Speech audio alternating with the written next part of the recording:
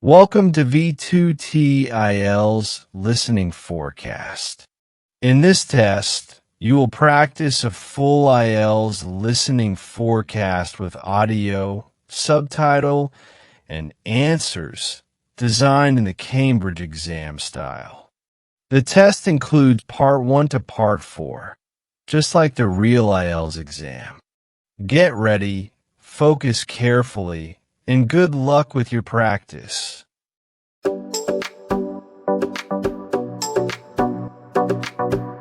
Section 1.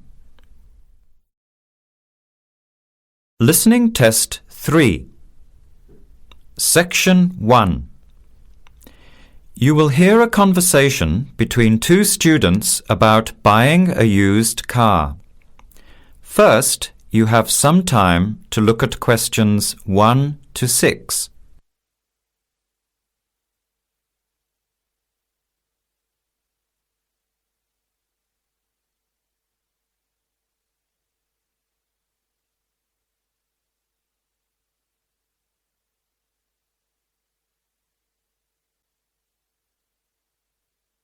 Notice that an example has been done for you. This time only, the conversation relating to the example will be played first.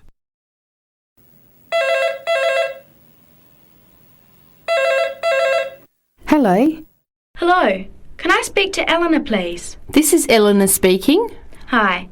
My name is Jan. I'm calling about the car that was advertised on the notice board in the Student Union building. Is it still for sale? Yes, it is. Your ad says it's a 1985 Celica, in good condition. The car is a 1985 model, so you write 1985 beside year. Now, let's begin. Answer the questions as you listen. You will not hear the recording a second time. Listen carefully to the conversation and answer questions 1 to 6.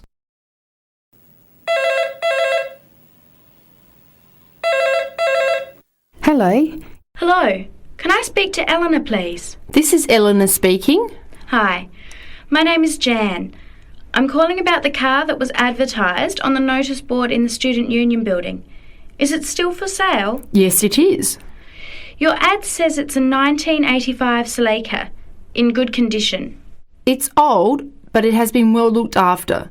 My family has had the car for 10 years. I'm just the third owner and my mother had it before me, so we know its history. We've got all the receipts and records. It's had regular maintenance and the brakes were done last year. It runs really well but looks its age. Why are you selling it, by the way? Well, I'm going overseas next month to study. I'll be away for at least 2 years, so I have to sell it. Unfortunately, it's been a good car. You want $1,500, is that right? I was asking $2,000, but since I need to sell it quickly, I've reduced the price. Would you like to come and take it for a drive? I don't live far from the university. Yes, I'd like to have a look. What time would suit you? Any time this evening is fine. Well, I finish classes at 6 o'clock. How about straight after that? Say 6:30? Great, I'll give you directions. When you leave the main gate of the university, turn left on South Road and keep going until you get to the Grand Cinema. Take the first right, that's Princess Street. I'm at number 88 on the right. So it's 80 Princess Street? No, it's 88 Princess Street and the suburb is Parkwood. You'll see the car parked in front. It's the red one with the for sale sign on it. Okay, thanks Eleanor. I'll see you later. Bye. Before you hear the rest of the conversation, you have some time to look at questions 7 to 10.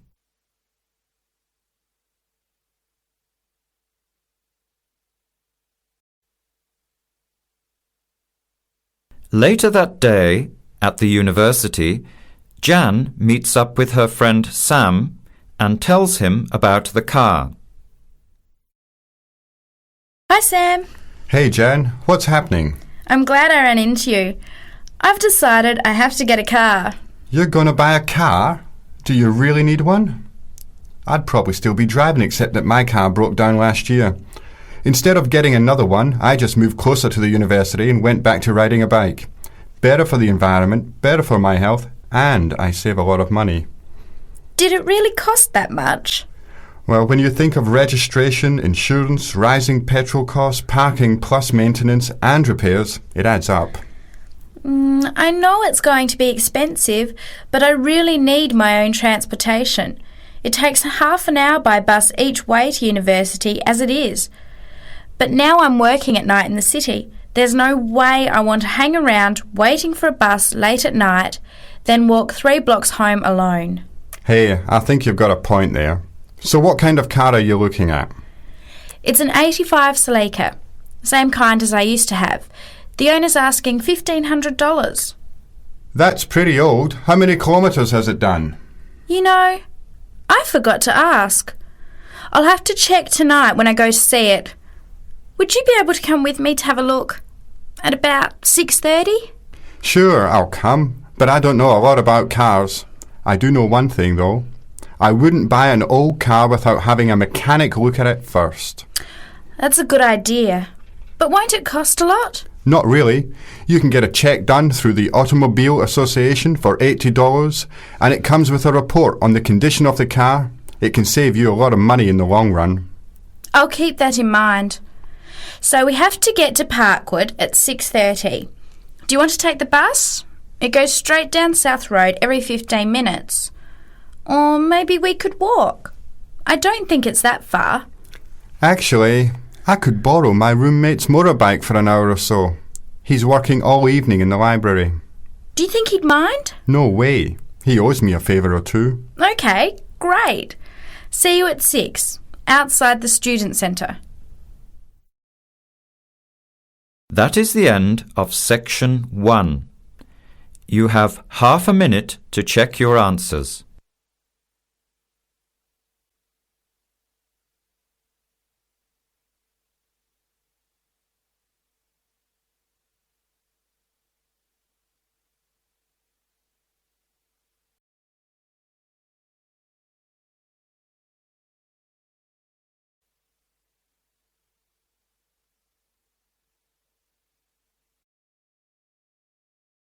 Now, turn to Section 2.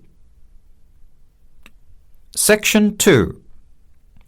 You will hear a guide giving instructions to a group of international students in Canada preparing for a whale-watching trip. Before you hear the talk, you have some time to look at questions 11 to 16.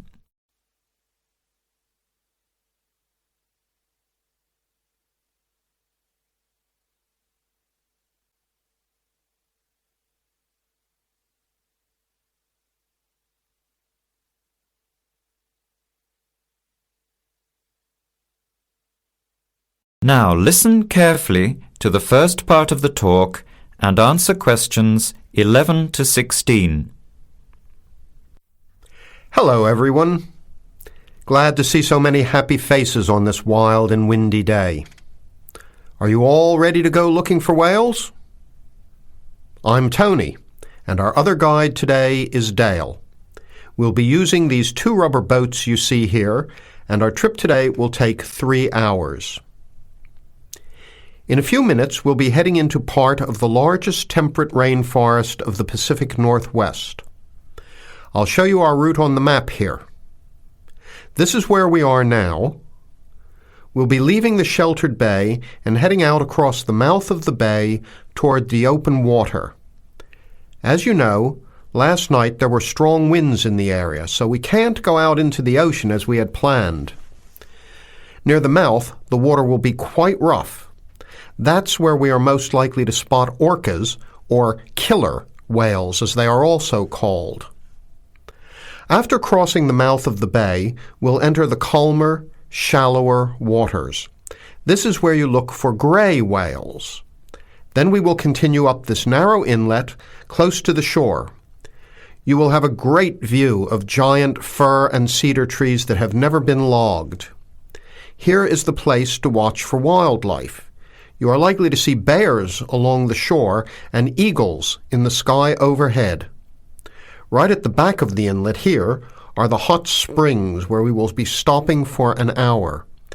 You can have a soothing soak in bubbling hot water before the return trip. I'll tell you a little bit about the whales now, because with the noise of the wind and the engine, you won't be able to hear much out there. As we head out in the boat, we will probably see dolphins first. They are a grey colour and quite small, 1 to 2 meters long. They will swim right beside the boat, racing along and sometimes jumping out of the water just ahead of us. They swim very fast, and they are playful and curious.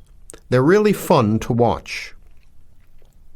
The next ones we'll see are orcas, or killer whales, which are actually members of the dolphin family.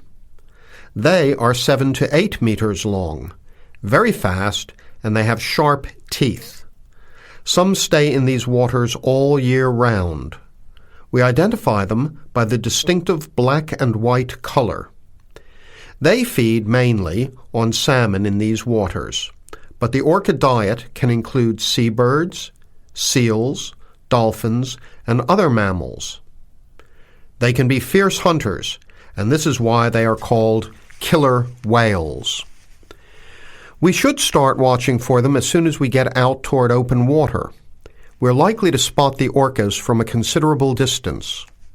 Watch for the black and white marking and mist spouting from the blowholes on top of their heads. Just outside the inlet is where we will probably see gray whales. The grays are migratory. They pass through here twice a year, moving from far in the north where they feed to the warm southern waters where they breed. You are very lucky today because several have been reported in the area. Unlike the orcas, grays are solitary, except when you see a mother with a calf. The gray whales are much longer and heavier than the orcas, 14 meters long and weighing up to 30 tons. The gray whales are filter feeders, gathering tiny ghost shrimp from the sand at the bottom. We recognize grays from their tail fins because each one is different. Once we find the whales, we'll come up as close as we can safely. We are allowed to approach the whales no closer than 50 meters, but that feels pretty close when you are in the presence of animals this big.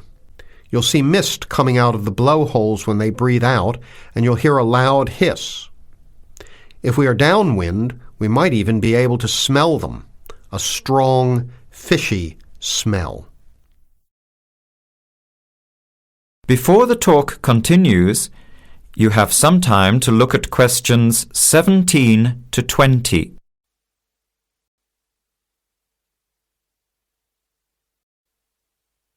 Now, as the talk continues, answer questions 17 to 20. Now, for just a few words of caution. It will be quite bouncy out there, especially in the front of the boat. If you want a smoother ride, stay in the middle of the boat, close to the engine. Hold on to the ropes and keep an eye on any big waves. Be alert so you don't get thrown out of the boat. In case of an emergency, you are all wearing survival suits. They'll keep you warm and dry in or out of the water. They are bright orange for visibility. The water temperature is around 8 degrees. Without these suits, you would only last a few minutes in this cold water. With these suits, your survival time is increased dramatically. They will keep you upright in the water even if you can't swim. But we don't expect anybody to end up in the water, so don't worry. Now, are there any questions? I'm afraid of getting seasick. Right. I was just coming to that. If you think you might get seasick, take one of these patches and put it on your arm at the wrist, like this. It works on pressure points of the body and will relieve seasickness without the drowsiness you can get from pills. Are there any other questions? All right then, let's start loading up the boats. We leave in 5 minutes. That is the end of Section 2. You have half a minute to check your answers.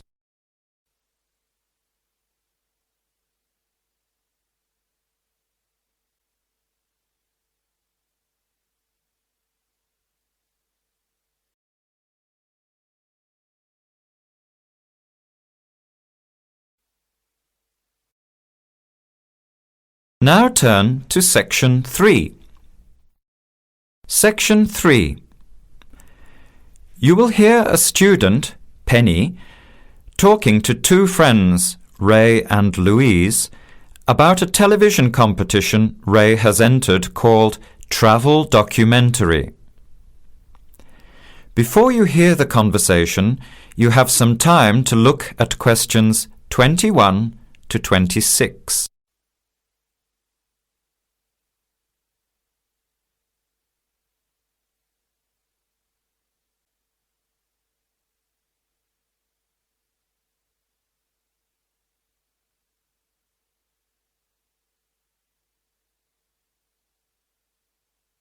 Now, listen carefully and answer questions 21 to 26. Hi, haven't seen you two in ages. What have you been up to? Hi, Penny. Ray is really excited. He's just been shortlisted for travel documentary. He could be off travelling around the world for 3 months. Travel documentary? What's that? You've never heard of it? Don't you watch TV? Well, actually, no, hardly ever. Especially since I've started working on my thesis. I don't have time to breathe, let alone watch TV. So what's this all about, Ray? Well, actually, it's a competition run by public TV. It involves my two great loves, travel and filmmaking. Is it that program where people are sent around the world making documentary videos? I have heard of it. Fantastic! So you've been chosen? Not yet. I'm one of 34 selected for an interview next week, so I've made it through the first cut. Yeah, there were over 200 applicants from around the country. Pretty amazing, hey? Well, I've been lucky so far. What's the next stage? 13 are chosen from the interview to do a 4-week training course in documentary filmmaking. Then, the 8 finalists get sent off with a video camera to travel around the world. Sounds incredible. What's the catch? The catch is that every 2 weeks you have to send in a 10-minute video from a different part of the world. It's broadcast on TV along with the work of 3 of the other competitors and judged by a panel of experts and the TV audience. So you're under a lot of pressure. Wow, I guess so. You mean you're on television every 2 weeks? Yep, that's right. But first I have to be selected. Do you have to have any filmmaking experience to apply? Some background in photography or video making helps, but you're not supposed to be an expert. In fact, you can't apply if you've already worked in filmmaking. We all get the same 4-week course, so we start with the same skills. Can you go anywhere in the world you want? Each competitor makes up his or her own travel plans and has to get them approved. Before the conversation continues, you have some time to look at questions 27 to 30.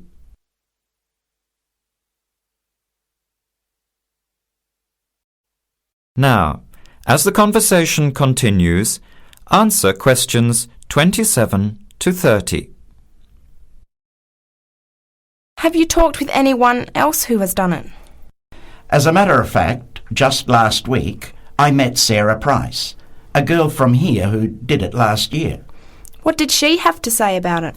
She said it was the most amazing experience of her life, but it was really tough at times. I think you'd have to be really brave to take off like that alone with so much responsibility. It's not like going on a holiday, is it? No. 2 weeks in a country, often where you can't speak the language, to find a story, film it, organise all the editing. Then you're off to a completely different part of the world to start all over again. Pretty exhausting, but exciting too. What a way to see the world. What about Sarah Price? Did she have any bad experiences? She said the worst part was when she got some mysterious fever in Mongolia and thought she might have to be sent home. Fortunately, it got better, but she said it was scary to feel really ill when you're alone so far away. So what made you want to apply? When I saw the program on TV a while ago, I thought, this is for me. I've always wanted to travel, but needed to work for a year before I could even think about it. Then a new series started up. I thought, now's my chance. Don't you think you'll be lonely? I don't think I'll have time to be homesick. I'm more worried about having too much to do and not enough time to get things organised.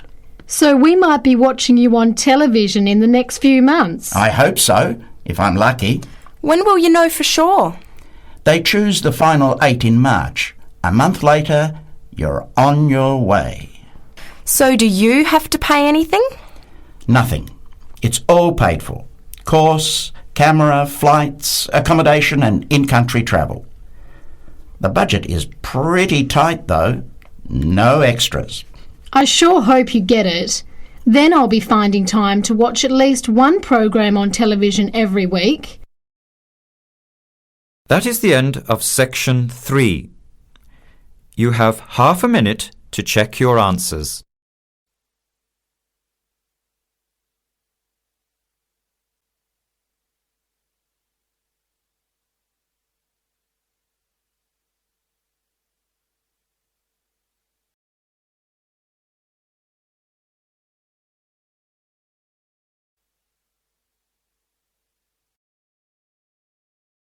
Now turn to section 4.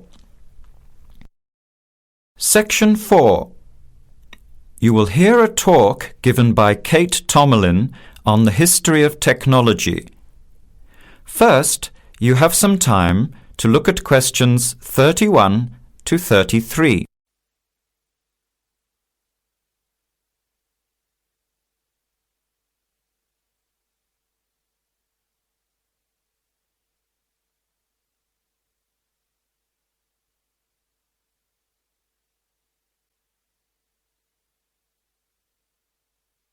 Now, listen carefully to the talk and answer questions 31 to 33.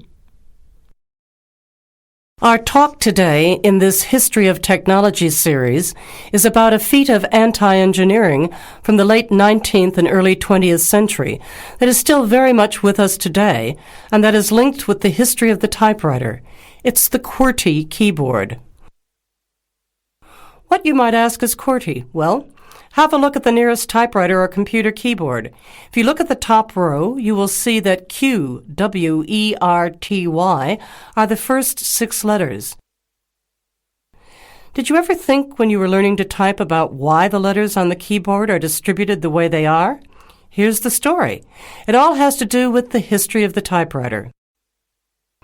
Typewriters existed since the early 1700s, but the first commercially practical system came into being in 1873. The typewriter is one of America's greatest unsung inventions. While the telephone, automobile, and airplane sped up communications and transportation, the typewriter did the same thing for the written word. But few people paid much attention, possibly because they were too busy reading what the typewriter had written about all the other inventions. The first typewriters had the keys laid out in alphabetical order, but this system had problems. Some keys that tended to be typed together were physically close. This made the type bars hit each other and get stuck. Typewriters in 1873 jammed or got stuck if the keys next to each other were hit in quick succession. To solve this problem, in 1878, the QWERTY keyboard was developed. spacing frequent letters away from each other and therefore reducing the number of jams. It was not specifically designed to slow down typists, as is generally believed, but the keyboard did create a built-in inefficiency for typists. The most common keys are scattered all over the keyboard rows, many on the left side.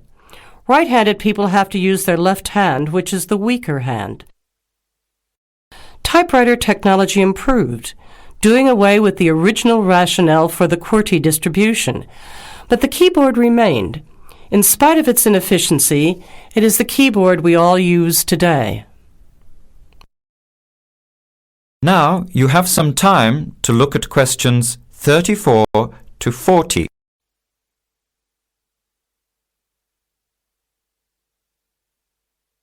Now listen and answer questions 34 to 40. Already back in 1932, there was a solution to the problem. Efficiency expert August Dvorak came up with a new keyboard layout. His home row consisted of A, O, E, U, I, D, H, T, N, S, which includes all of the vowels as well as the most commonly used letters. On this keyboard, over 3,000 words can be typed using only the home row.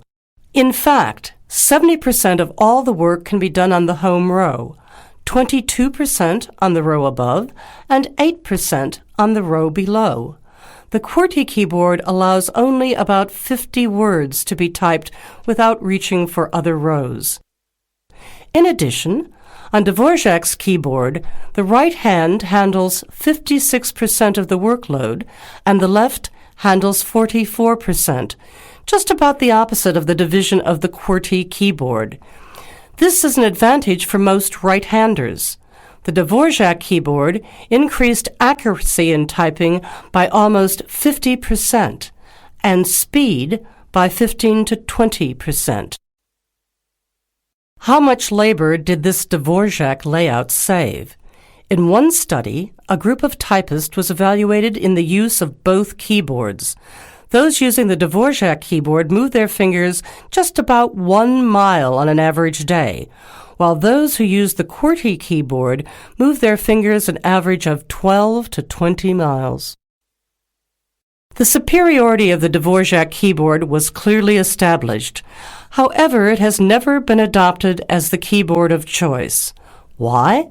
First of all, bad luck and bad timing on the part of the Dvorak team.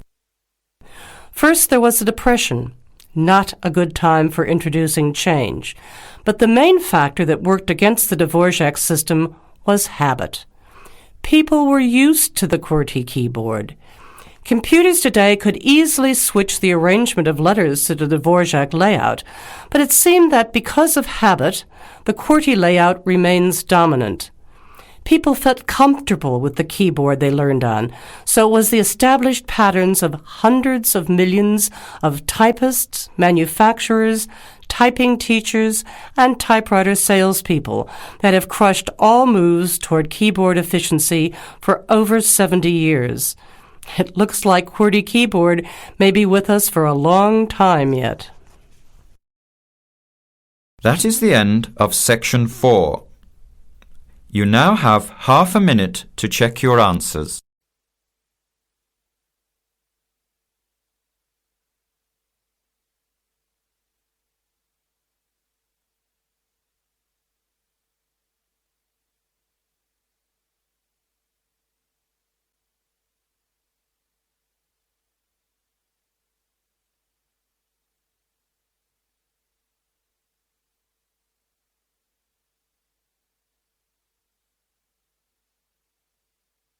That is the end of the test.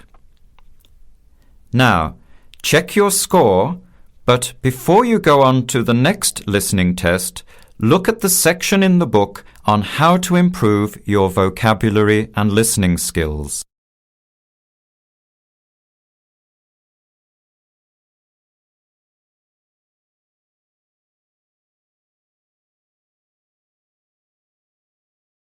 That is the end of the listening section.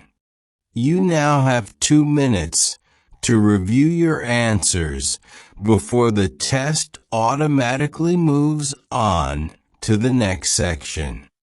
Please take this time to check your answers carefully. Make sure all your responses are recorded in the correct places, and review your spelling, grammar, and formatting.